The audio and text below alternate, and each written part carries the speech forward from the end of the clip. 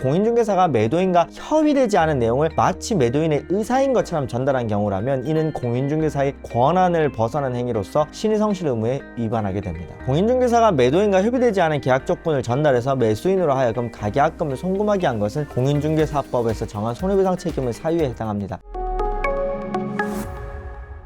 안녕하세요. 저는 건평법률사무소 김건우 변호사라고 하고 재개발 재건축 그리고 부동산을 전문으로 하고 있으며 해당 분야가 대한변호사협회 전문 분야 등록되어 있습니다.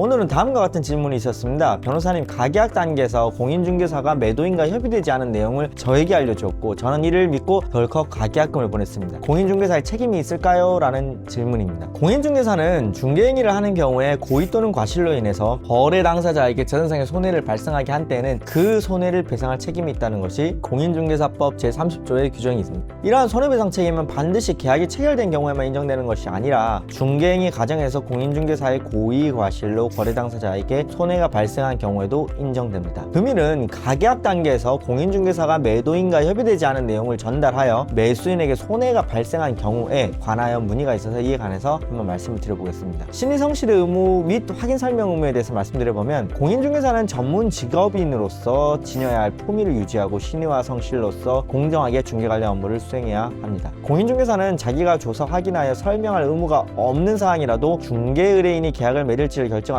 중요한 것이라면 그에 관해 그릇된 정보를 제공해서는 안 되고 그 정보가 진실인 것처럼 그대로 전달하여 중개 의뢰인이 이를 믿고 계약을 체결하도록 했다면 선량한 관리자의 주의로 신의를 지켜 성실하게 중개해야 할 의무를 위반한 것이 됩니다. 매도인과 협의되지 않은 내용을 전달한 경우는 어떨까요? 우선 공인중개사의 권한 범위에 대해서 말씀드려보면 공인중개사는 원칙적으로 중개대상물에 대하여 거래 당사자 간의 매매 교환, 임대차, 그 밖의 권리 득실 변경에 관한 행위를 알선하는 자로서 당사자로부터 수권을 받았다는 특별한 사정이 없는 한 법률행위의 대리인이 아니기 때문에 완성된 의사표시를 전달하거나 완성하는 사실행위의 사자도 아닙니다. 공인중개사법 2조 1호에 규정하고 있습니다. 따라서 공인중개사가 매도인과 협의되지 않은 내용을 마치 매도인의 의사인 것처럼 전달한 경우라면 이는 공인중개사의 권한을 벗어난 행위로서 신의성실 의무에 위반하게 됩니다. 허위 또는 부정확한 정보 제공의 책임에 대해서 말씀드려보면 공인중개사가 매도인과 협의되지 않은 내용을 문자 메시지로 전달해서 매수인이 이를 믿고 가계약금을 송금한 경우에 공인중개사는 다음과 같이 책임을 부담합니다. 우선 손해배상 책임입니다. 공인중개사가 매도인과 협의되지 않은 계약 조건을 전달해서 매수인으로 하여금 가계약금을 송금하게 한 것은 공인중개사법에서 정한 손해배상 책임의 사유에 해당합니다. 특히 공인중개사가 매도인의 의사를 정확히 확인하지 않고 임의로 계약 조건을 전달한 경우에 이는 중개 업무의 수행상의 과실에 해당하며 이로 인해 매수인이 가계약금을 회수하지 못하는 등의 손해를 입은 경우 공인중개사는 그 손해를 배상할 책임이 있게 되는 것이지요. 또 공인중개사법 위반과 관련해서 공인중개사는 중개대상물의 거래상의 중개사항에 관하여 거짓된 언행, 기타의 방법으로 중개 의뢰인의 판단을 그르치게 하는 행위를 해서는 안 된다는 것이 중개사법 33조 1항 4호의 내용입니다. 매도인과 협의되지 않은 내용을 전달하는 것은 이러한 금지 행위에 해당할 수 있기 때문에 이 경우 업무정지 등의 행정처분 대상이 될 수도 있습니다. 관련 판례의 태도에 대해서 한번 말씀드려 보겠습니다. 공인중개사의 권한 없는 행위에 대한 책임과 관련해서 광주지방법원은 이 사건에서 공인중개사 C가 2021년 2월 2일 원고에게 이 사건 부동산에 관한 임대차 계약 체결일을 언제, 잔금 지급일을 언제, 임대차 기간을 언제부터 언제까지 또는 언제까지라고 될 예정이다 라는 문자 메시지를 발송하였다는 사실을 인정하면서도 그 문자 메시지의 내용은 C가 원고의 잔금일에 관한 의사를 H를 통해 피고 측에 전달하겠다는 것에 불과한 것으로서 그것만으로 피고가 이에 동의했다고 인정하기 부족하다라고 판시한 바 있습니다. 네, 충분히 이런 판결문을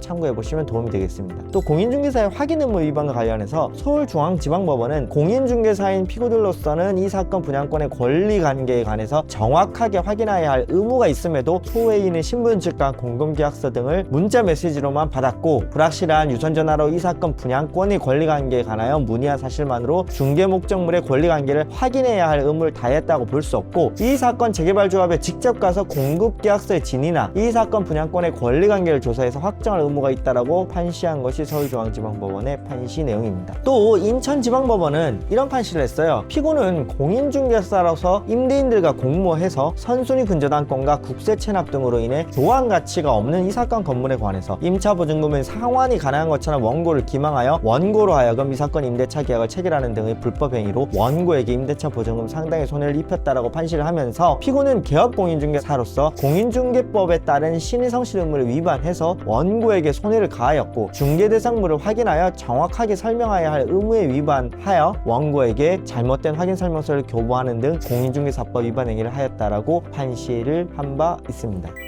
손해배상 책임의 범위에 대해서 한번 살펴보겠습니다. 하지만 공인중개사가 매도인과 협의되지 않은 내용을 전달해서 손해배상 책임을 부담하는 경우에도 매수인에게 다음과 같은 과실이 인정되면 과실상계를 통해 공인중개사의 책임이 제한될 수도 있어요. 우선 확인 절차 미이행에 관해서 말씀드려보겠습니다. 매수인이 공인중개사로부터 받은 문자 메시지의 내용을 매도인에게 쉽게 확인할 수 있음에도 직접 확인하지 않고 가계약금을 송금한 경우라거나 또 매수인이 정식 계약서를 작성하기 전에 공인중개사의 문자 메시지만을 믿고 가계약금을 송금한 경우라거나 또 매수인이 매도인 명의가 아닌 공인중개사의 계좌로 가계약금을 송금한 경우라거나 이런 경우들에는 그런 책임 제한에 문제가 생길 수도 있습니다. 그렇다면 과실상계의 비율은 어떻게 될까요? 판례는 구체적인 사안에 따라 공인중개사의 책임을 30에서 90%로 제한하고 있습니다. 공인중개사의 책임을 90%로 제한한 사례에 대해서 말씀드려보면 부산지방법원에서는 중개보조원이 가계약금을 편취한 사안에서 원고에게도 피고에게 별도 확인 절차를 거치지 않은 점, 가계약금을 임대인 명의가 아닌 중개보조원이 지정하는 계좌에 입금하면서 피고에게 확인하지 않은 점, 임대인과 가계약금 등의 확인 절차를 취하지 않은 점 등의 과실이 인정되어 피고의 책임을 90%로 제한한 사례가 있고 또 서울중앙지방법원에서는 공인중개사의 책임을 70%로 제한한 사례가 있는데 허위 매물 중개 사안에서 원고도 권리관계를 조사한 이후에 거래를 하여야 함에도 피고들이 보여주는 문자 메시지만 확인하고 가계약금을 송금한 사실이 인정되어 피고들의 책임을 70%로 제한한 사례가 있습니다. 또 서울 남부지방법원에서는 공인중개사의 책임을 30%로 제한한 사례가 있는데 중개보조원의 가계약금 편취 사안에서 원고가 중개보조원에게 돈을 송금하기 전에 피고에게 별다른 확인을 하지 않았고 피고가 아닌 중개보조원에게 돈을 송금한 점 등을 고려해서 피고의 책임을 30%로 제한한 사실이 있습니다. 자, 실무상 유의사항에 대해서 살펴보겠습니다. 공인중개사님의 입장에서 한번 말씀드려보면 매도인의 의사를 정확히 확인하셔야 됩니다. 공인중개사는 매수인에게 계약 조건을 전달하기 전에 반드시 매도인의 의사를 명확하게 확인하셔야 됩니다. 특히 문자 메시지로 계약 조건을 전달하는 경우에는 매도인으로부터 서면 또는 문자 메시지 등으로 명확한 확인을 받으셔야 됩니다. 또 공인중개사는 매도인과의 협의 내용을 문서화하고 매수인에게 전달하는 내용과 일치하는지 확인을 하셔야 됩니다. 다음으로 공인중개사는 가계약금을 수령하는 경우에 반드시 매도인의 계좌로 직접 송금하도록 안내하고 공인중개사 또는 중개보조원의 계좌로 송금하는 것을 피하도록 하셔야 됩니다. 다음으로 그러면 매수인의 입장에서는 어떤 점들을 확인하셔야 될까요? 매수인은 공인중개사로부터 받은 계약 조건을 매도인에게 직접 확인할 수 있다고 하면은 확인하셔야 됩니다. 특히 문자 메시지로만 계약 조건을 전달받은 경우에는 반드시 매도인과 직접 통화하거나 대면하여 확인하셔야 됩니다. 매수인은 가급적 정식 계약서를 작성한 후에 가계약금을 송금하시길 추천드리며 부득이하게 계약서 작성 전에 가계약금을 송금하는 경우에도 매도인의 계좌로 직접 송금하고 매도인으로부터 입금 확인을 받으셔야 됩니다. 자, 그러면 매수인은 공인중개사의 권한을 확인하는 부분도 좀 중요하게 보셔야 될 것 같은데 매수인은 공인중개사가 매도인을 대리할 권한이 있는지를 확인하셔야 되고 공인중개사는 원칙적으로 알선자일 뿐이고 대리인이 아니기 때문에 공인중개사의 말만 믿고 가계약금을 송금하는 것은 대단히 위험한 행위가 되겠습니다.